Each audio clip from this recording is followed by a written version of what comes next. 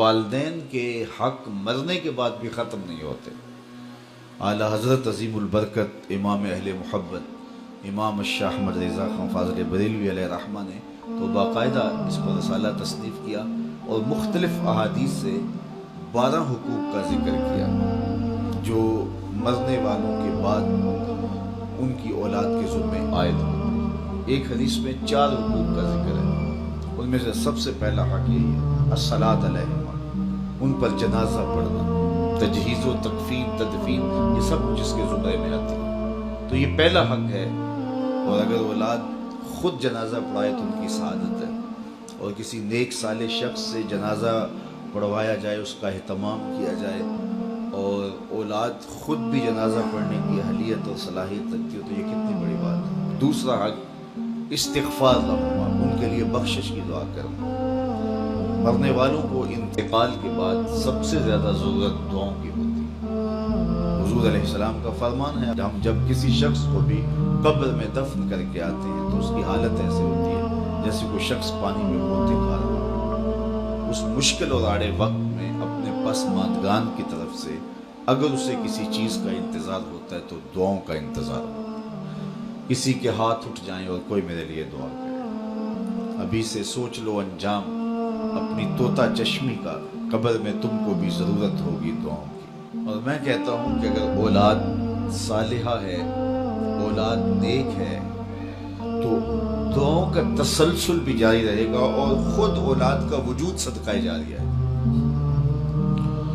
اولاد اگر عالم دین ہے تو وہ علم نفع بخش ہے، ماں باپ کو قبر میں نور اور روشنی کا ذریعہ ہے۔ امام نبہانی علیہ رحمہ جواہر البحار جن ایام کے اندر لکھی ہے تو اس دوران ان کی اہلیہ محترمہ نے ان کو گھریلو امور سے جو ہے وہ اس انداز سے محفوظ رکھا اور اس انداز سے ان کا خیال کیا کہ کوئی بھی گھر کا معاملہ ہوتا تو ان تک نہ پہنچنے دیتی، کہ میرا شوہر رسول کریم صلی اللہ علیہ وآلہ وسلم کے فضائل لکھ رہا ہے اور حضور کی عظمتوں پر جو ہے وہ کام کر رہا ہے اور میں ان کو گھریلو الجھنوں کا شکار کر دوں، یہ نہیں کروں گی۔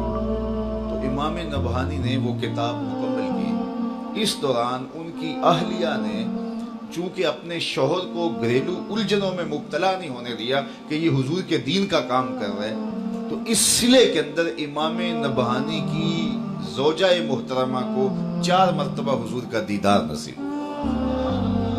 تو نے میرے خادم دین کے لیے آسانیاں پیدا کی۔ تیسرا حق ماں باپ کا ان کے انتقال کے بعد جو اولاد کے ذمہ ہے وہ ہے ان کے وعدوں کو پورا کرنا۔ اللہ سے وعدہ ہے، کوئی منت مانی ہے ادا نہیں کر سکے، اس کو پورا کیا جائے۔ مخلوق سے کوئی وعدہ تھا، اس وعدے کو پورا جائے۔ کسی کا قرض دینا تھا، اس کو ادا کیا جائے۔